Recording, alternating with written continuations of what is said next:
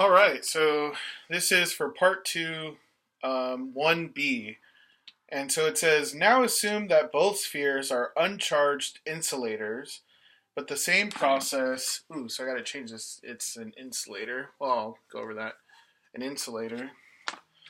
So uncharged insulators, but the same process is performed. What are the final charges of X and Y? So if you remember, essentially they took this metal rod. Now these are insulators. They're right next to each other. They brought this metal rod close to it without touching in the initial stage, and in the final stage they took they just separated X and Y. And so now we want to figure out what are the final charges of X and Y. Well, now that these are insulators, if you remember, insulators, electrons do not flow easily.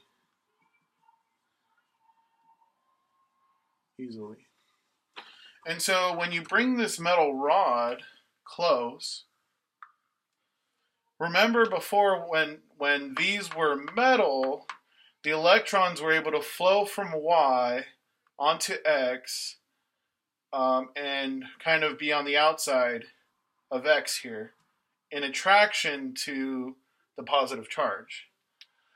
Well, now, because we have insulators, that is still going to be true to a point where the electrons will want to face the electrons of the atoms of this insulator. The electrons will want to orient them, or basically the atoms. Think about the insulators are made up of atoms.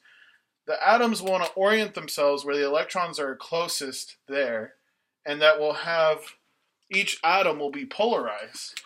So we'll have a negative electron and the positive right next to it. Oh man, that's not working very well. So we'll have negative, and right next to it we'll have positive. Let's see if I can get this positive in here. Yeah, there we go. Positive charges. However, because in insulators the electrons do not flow freely, they're going to orient themselves in a way where the electrons are closest here, but they're not moving. They're not flowing through to the other side like in before.